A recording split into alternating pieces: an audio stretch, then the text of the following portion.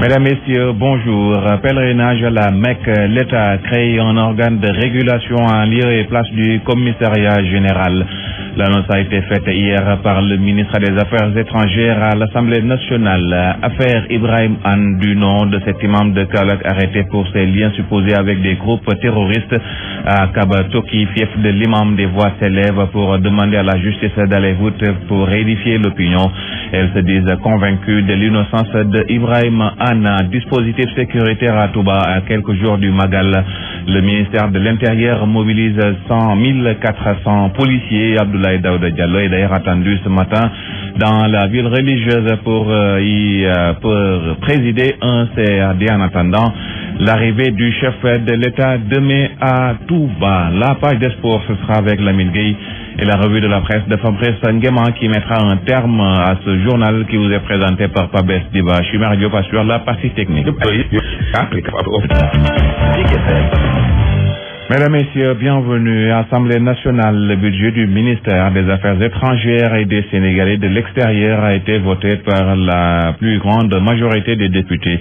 Le budget a connu une hausse de plus de 9 milliards de francs au cours des débats. Mankar Ndiaye a dévoilé qu'en lieu et place de la commission au pèlerinage, l'État envisage de créer une structure de régulation. Il justifie la dissolution donc de la commission par les désagréments notés durant le pèlerinage de cette année. Le compte rendu de Salif Kébé-Sakho. C'est dans sa plus grande majorité que l'Assemblée nationale a voté le budget du ministère des Affaires étrangères et des Sénégalais de l'extérieur qui a connu une hausse de plus de 9 milliards 100 millions de francs CFA. Les débats se sont intéressés au pèlerinage à la Mecque qui a connu beaucoup de dysfonctionnements, ce qui a amené le ministre Mankar Ndiaye à faire savoir qu'en lieu et place de la commission, l'État veut créer une autre structure. Nous avons eu une crise extraordinaire du pèlerinage de cette année, qui nous impose en tant que gouvernement à prendre des mesures radicales, à opérer, pour me répéter, une véritable opération chirurgicale. C'est ainsi que le président de la République a décidé de créer une autre structure de régulation du pèlerinage en lieu et place du commissariat général. Et ce sera fait dans les prochains jours. La question liée aux conditions des Sénégalais de l'extérieur n'a pas été en reste. Et selon Mankar Ndiaye, l'État est en train de voir quels sont ceux qui veulent revenir au pays pour leur faciliter la tâche. Ceux qui sont en difficulté, il y en a partout. Il y en a aux États-Unis, il y en a en Italie, il y en a en France. Donc nous sommes en train de voir dans quelle mesure aider les compatriotes qui veulent rentrer au pays à travers des projets. Et nous en discutons avec nos partenaires pour la France, pour également l'Italie et pour également l'Espagne où on a beaucoup de compatriotes. Interpellé sur le nombre de Sénégalais qui sont en prison à l'étranger, Mankar Ndiaye a fait savoir aux députés qu'ils en ont recensé à ce jour 609 personnes. Salif Kébé-Sakho, à la suite de Mankar Ndiaye, les députés se sont également penchés sur le budget du ministère des Forces armées qui a été voté à l'unanimité. Un budget qui a connu une hausse de plus de 23 milliards et s'explique selon Augustin Tine, ministre des Forces armées, par le souhait de l'État de porter à 2000 le nombre de gendarmes, policiers et militaires à recruter, un nombre qui jusqu'ici était de 1000 recrues par corps. Augustin Tine au micro de Salif Kébé-Sakho. Au budget, je pense que le président de la République très tôt a su qu'il fallait donc augmenter le personnel militaire. En 2016, nous allons passer de 1000 gendarmes à 2000, donc le recrutement de 1000 à 2000, à la gendarmerie, à la police et dans les armes. Donc il est tout à fait normal que le budget croisse. Il est tout à fait normal aussi qu'il y ait une acquisition de matériel qui accompagne ces personnels. C'est la raison pour laquelle, naturellement, le budget a cru. Mais nous pensons que c'est tout à fait normal. La société civile de Rufisque réclame un deuxième commissariat dans la ville pour mieux prendre en charge la sécurité des populations.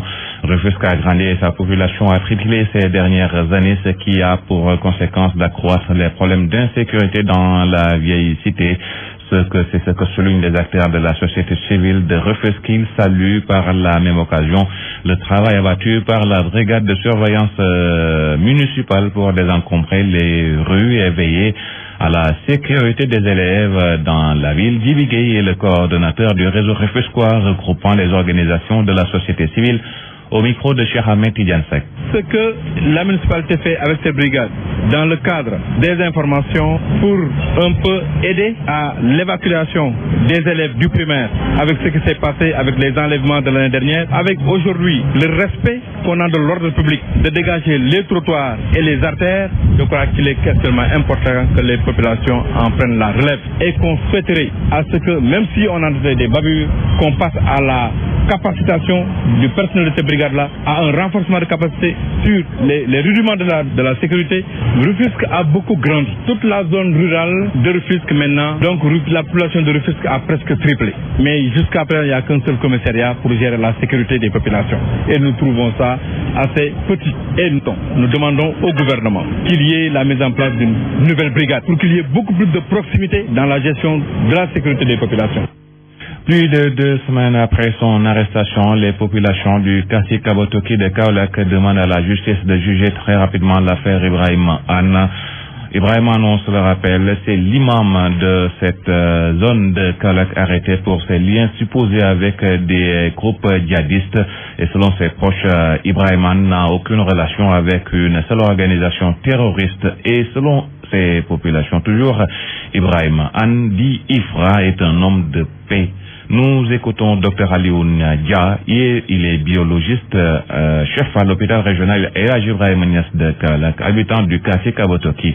Le voici avec Farah Diassé. Nous demandons à la justice très rapidement de juger cette affaire et nous, notre position par rapport à cela, on le dit et on le réitère, c'est un homme de paix, un homme qui ne constitue en aucune manière une menace terroriste. Donc s'il était dans des regroupements, quel qu'en soit, nous, on serait au courant. Contact au Nigeria, etc.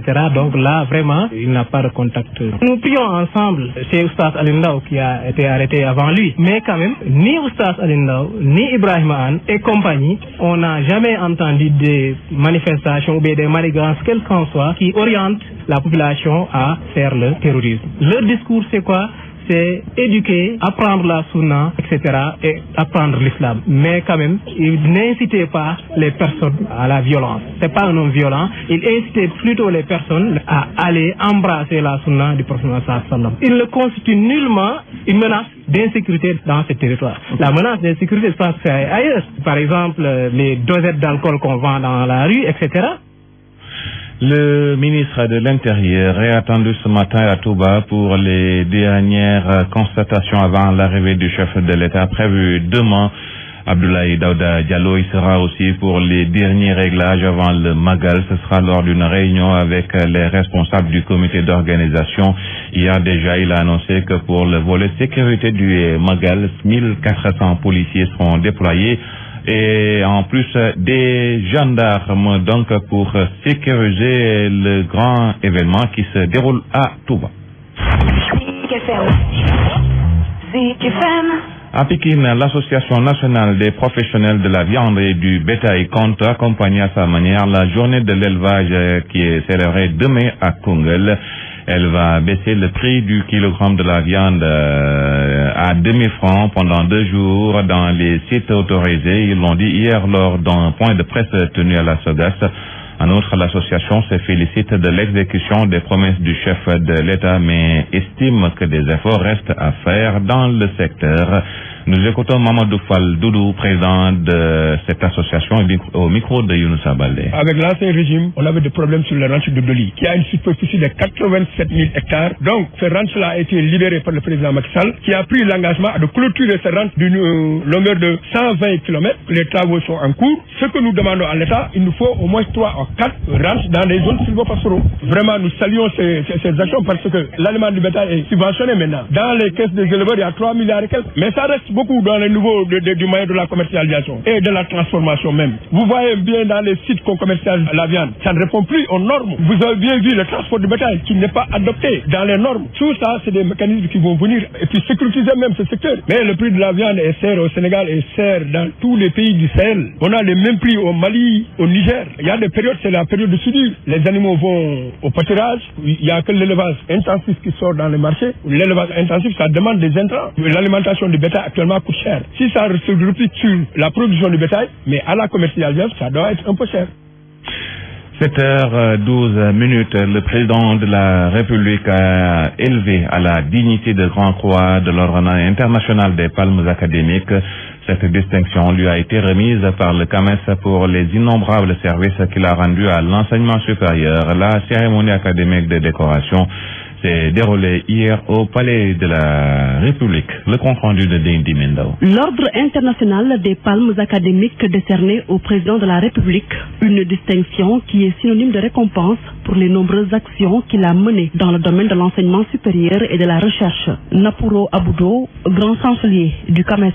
Création de la NACSU, engagement d'orientation de tous les bacheliers qui en font la demande depuis 2012-2013, renforcement de la cartographie universitaire dans la création de l'université virtuelle du Sénégal. Créée en 2002, cette décoration reconnaît la pertinence des actions des personnalités politiques, civiles ou professionnelles de l'enseignement supérieur. Le CAMES veut également encourager Macky Sall qui s'est illustré sur la scène internationale. Il s'agit aussi d'une façon de vous remercier, de vous féliciter et de vous exhorter très respectueusement à poursuivre dans cette dynamique porteuse d'espérance. À travers cette distinction, c'est tout le Sénégal qui est honoré, selon Macky Sall, qui mise sur une jeunesse bien formée. Le CAMES, en m'honorant par une élévation à la dignité de Grand Croix, conforte notre nation dans son choix de miser sur sa jeunesse, une jeunesse bien formée, une jeunesse capable de relever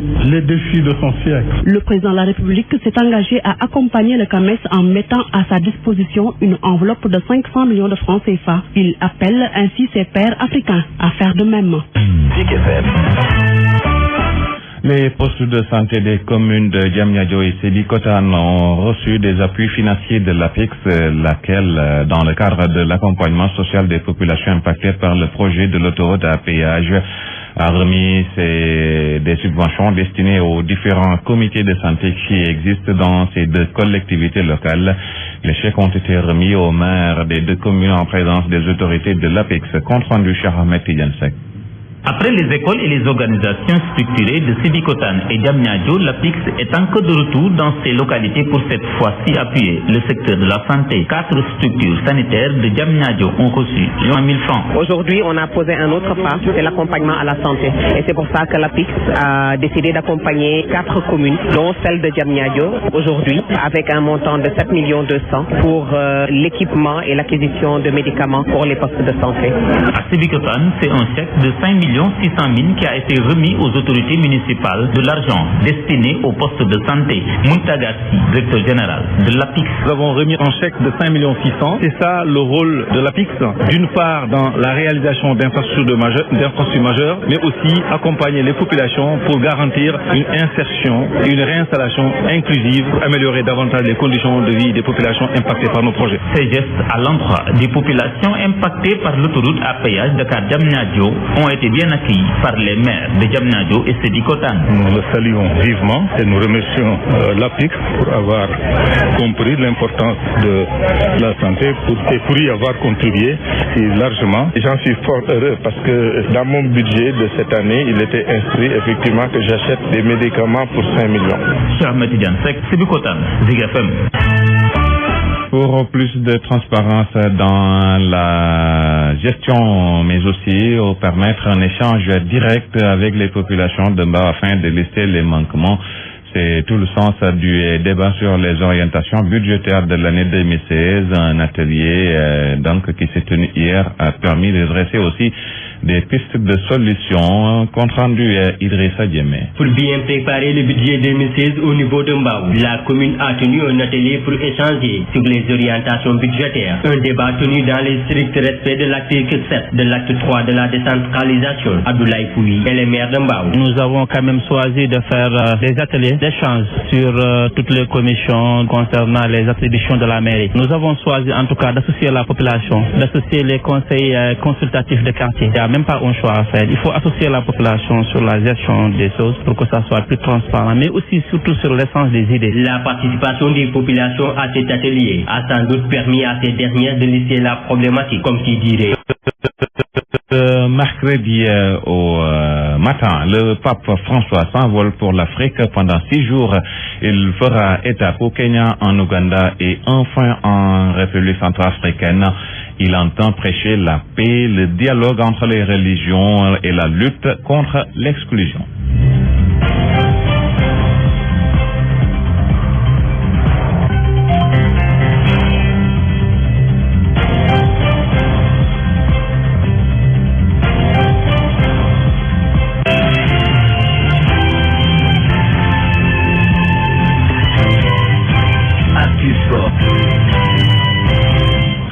Actu Sport, 7h20, nous accueillons Lamine Gueye. Lamine, bonjour. Bonjour Pabès, bonjour à tous. Cannes U23, à 4 jours du coup d'envoi, le Sénégal est fin prêt. Oui, et c'est le comité d'organisation dirigé par le président de la FSF, Maître Augustin Senghor, qui le dit, le comité qui annonce comme budget 740 millions de francs CFA, une canne initialement prévue au Rwanda, il faut le rappeler, qui a désisté, finalement dévolue au Sénégal, qui sort d'une bonne note pour la CAN des U20. Joué ici il n'y a pas longtemps, le comité qui a fait face à la presse veut une CAN populaire. Aïcha Kamara. Quelques jours nous séparent seulement du démarrage de la deuxième édition de la CAN des moins de 23 ans. L'heure est au dernier réglage pour le comité local d'organisation. Maître Augustin Senghor en est le président. Nous pensons que réussir la phase de 2 sera un défi supplémentaire à réaliser. Nous essayons donc de travailler à cela, même si bien entendu nous savons que nous avons eu du retard. Le Sénégal compte bien jouer sa partition, tant sur le plan de l'organisation que sur le plan de la participation. Maître Augustin Senghor. Si en participant notre équipe arrive à gagner, ce serait quand même un double succès pour notre football. Et c'est pour ça que nous nous consacrons depuis quelque temps à cela. Dans le cadre du pari de l'organisation. L'argent nerf de la guerre a aussi été à l'ordre du jour de la rencontre avec les journalistes. Nous avions fait un budget prévisionnel de 840 millions. Après arbitrage et réajustement, nous nous retrouvons avec un budget qui va tourner autour de 740 millions, incluant bien entendu les aspects de participation de notre équipe, les prises en charge des primes. Toutes les équipes seront sur place au plus tard ce mercredi. Les dispositions seront également au point, assurent les organisateurs. Voilà donc Aïcha Kamara, le comité d'organisation, notez bien que c'est la République démocratique du Congo qui devait accueillir cette canne des U23. D'ailleurs avait parlé des différents scrutins qui se tiennent dans le pays, raison pour laquelle donc qu'il ne pouvait pas organiser cette compétition. Voler au secours, on va dire, de la CAF en acceptant donc d'accueillir cette canne des U23. Ouais. Alors, nous pensons à Lamine, donc le Sénégal qui est toujours en préparation. Il a fait match nul hier avec les Maliens. Un vrai test avant la compétition, peut-on dire, selon l'entraîneur. Oui, on peut le dire. Les Lions qui doivent défendre les couleurs sénégalaises ont encore fait match nul. 2 buts partout hier, c'était au stade Léopold Sédar Senghor, à l'heure du match d'ailleurs. Après le 0-0 d'il y a quelques jours, des rencontres amicales qui permettent au staff technique de se plonger un peu dans les conditions de compétition pour pouvoir effectuer les rectificatifs nécessaires avant le démarrage. Voici à ce propos le coach des U23, il s'appelle Serigne Salioudia, il est toujours avec Aïcha Kamara. Ce qu'on retient un peu, c'est Modou Diagne qu'on voit en premier en situation de compétition qui a été une très satisfaction. Deuxièmement aussi, sur certains aspects qu'on avait eu à travailler, donc c'est une satisfaction, mais ce qu'on doit travailler encore plus, c'est essayer d'être plus conquérant, d'avoir prendre le plus de gens en notre compte, parce que c'est ça que nous voulons, surtout dans cette compétition qu'on réunit chez nous. Comme nous, on a eu juste que Modou Diagne, bon les autres étaient là avec nous, ces Africains, donc il fallait surtout un peu vérifier un peu les états de forme. Donc certains sont en train de jouer, d'autres ils viennent de rejoindre. Donc je pense que ça nous a permis de voir un peu pour savoir comment c'est le match samedi, parce que c'est important de savoir le niveau physique. Parce que ça va être des matchs qui vont jouer 15h30, ça va être très chaud. Il va falloir qu'on soit à la disposition de nos conditions, de nos moyens physiques. Maintenant sur ça, on va discuter avec les médecins pour savoir la meilleure stratégie à prendre. Voilà, je rappelle que cette CAN s'ouvre donc samedi avec le Sénégal en ouverture à 15h30 au stade Léopold Sédar Senghor. Ce sera face à l'Afrique du Sud, l'autre match juste après entre la Zambie et la Tunisie. Le groupe B est à Caroline Faye, à Hambourg.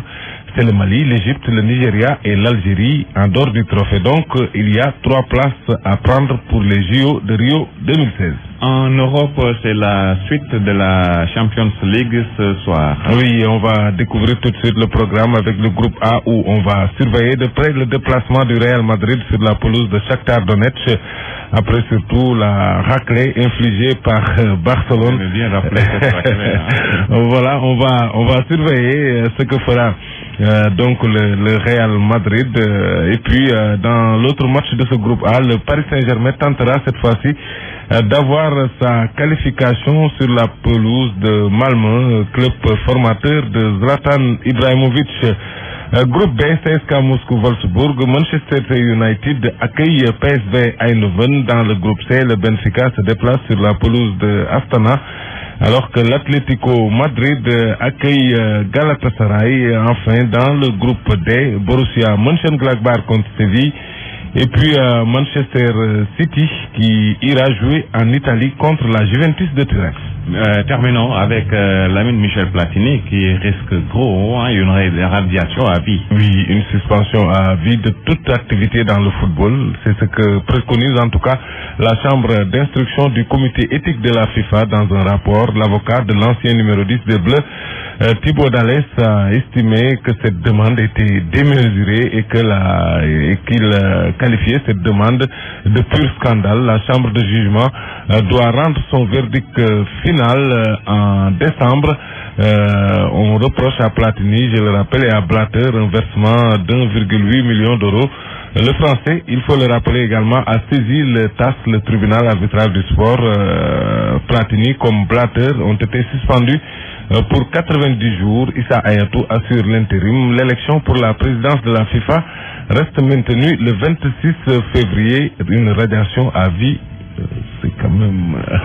Est-ce que c'est pas trop pour tout ce qu'il a fait quand même pour le foot. Pour le foot, oui, vraiment une radiation à vie dans le football. Lui quand même une sanction aussi humiliante. Il faut s'interroger sur ces gens-là qui prennent ce genre de décisions aussi. Est-ce qu'ils y ont joué? 7h25, c'était à l'instant Lamine Gueye qui nous a présenté la page des sports.